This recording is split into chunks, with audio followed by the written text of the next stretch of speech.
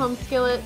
In this video 9.4, we're going to learn about the conservation of mass. Now, I know you've heard this term before, and most of y'all probably have it memorized. If I asked you what the law was of the conservation of mass, you'd probably say something like matter cannot be created or destroyed, which is true. That is the law of conservation of mass.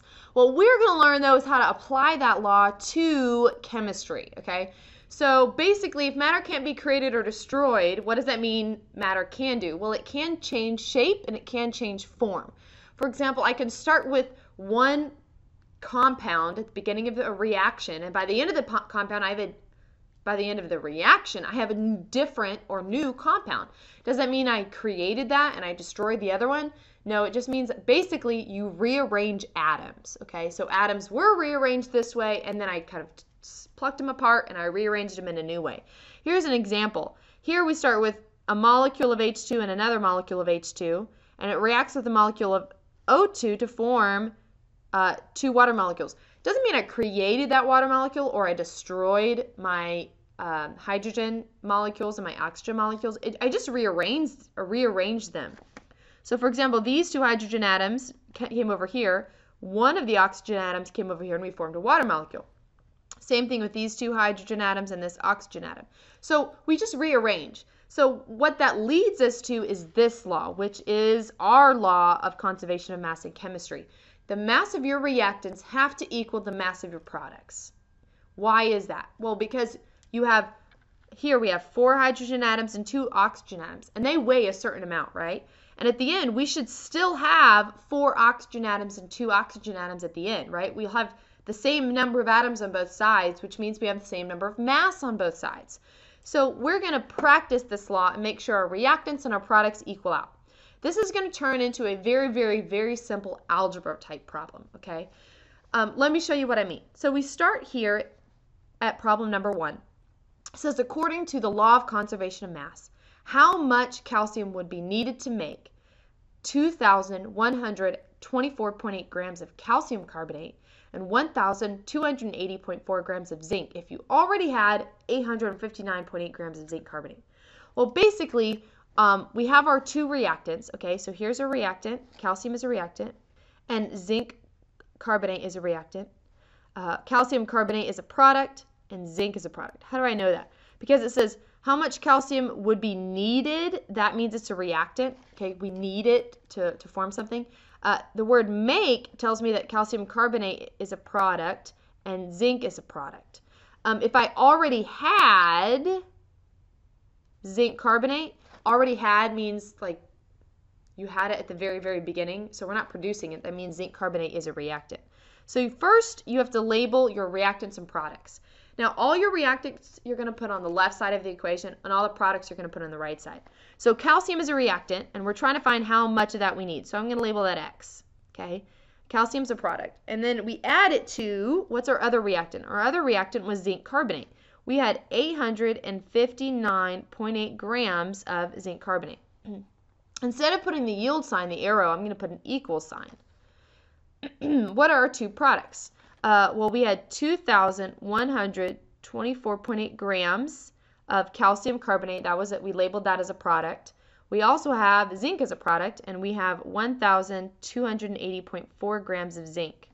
Okay, so I just made this into a math problem. I took the mass of my reactants and put it on the left, and I put the mass of my products and put them on the right. So when I add these 2 together, 2,124.8 plus 1,280.4, I get 3,405.2 grams, okay, when I add these 2 together.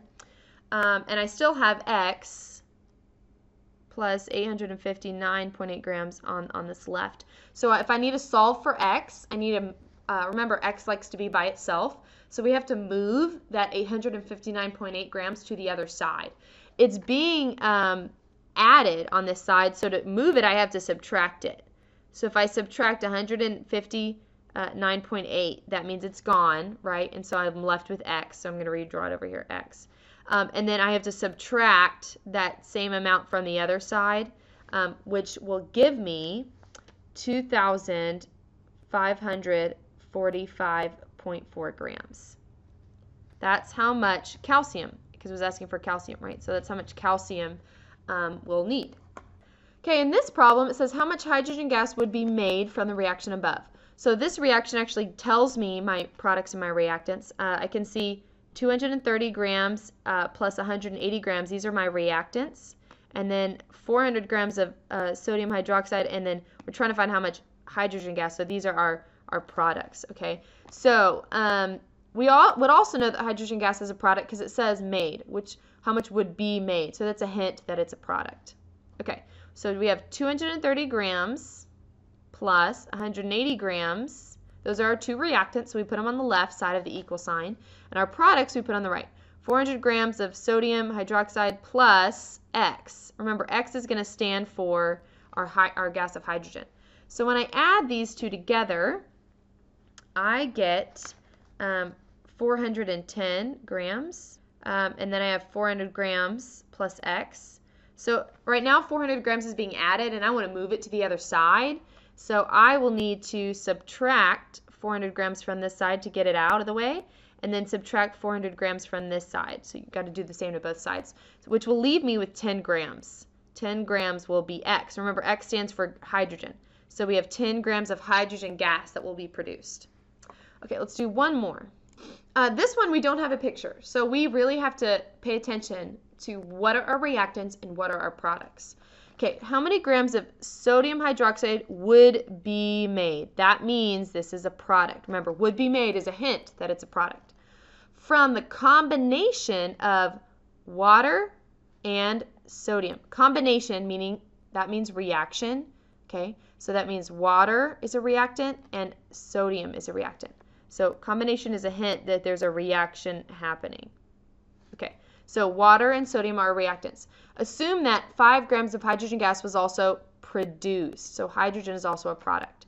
So what are our two reactants? Water is a reactant, and we have 90 grams of it. Sodium is also a reactant, and we have 115 grams of that. What are our two products? Sodium hydroxide is what we're trying to find, right? Sodium hydroxide is going to be X. What else is a product? Hydrogen gas is also a product, so that's 5 grams of hydrogen gas. So I'm going to add these two together, okay, and then I'm going to get 205 grams. And then I want to, remember, have X by itself, so I have to move this 5 grams to the other side. And so 205 minus 5 is 200. So you have 200 grams of X, and X is sodium hydroxide. So I have 200 grams of sodium hydroxide. So it's essentially just like a math problem. The hardest part is figuring out what are your products and what are your reactants. So pay attention to the wording. So go ahead and do this on your own problem and see if you can solve it by yourself. Oh, there is a typo, by the way, in this. After it says hydrochloric acid, it should say the word then. It should say then 95.3 grams of magnesium chloride form along with some water. Okay. All right, so that is it. Go ahead and try on your own problem and have a fantabulous day.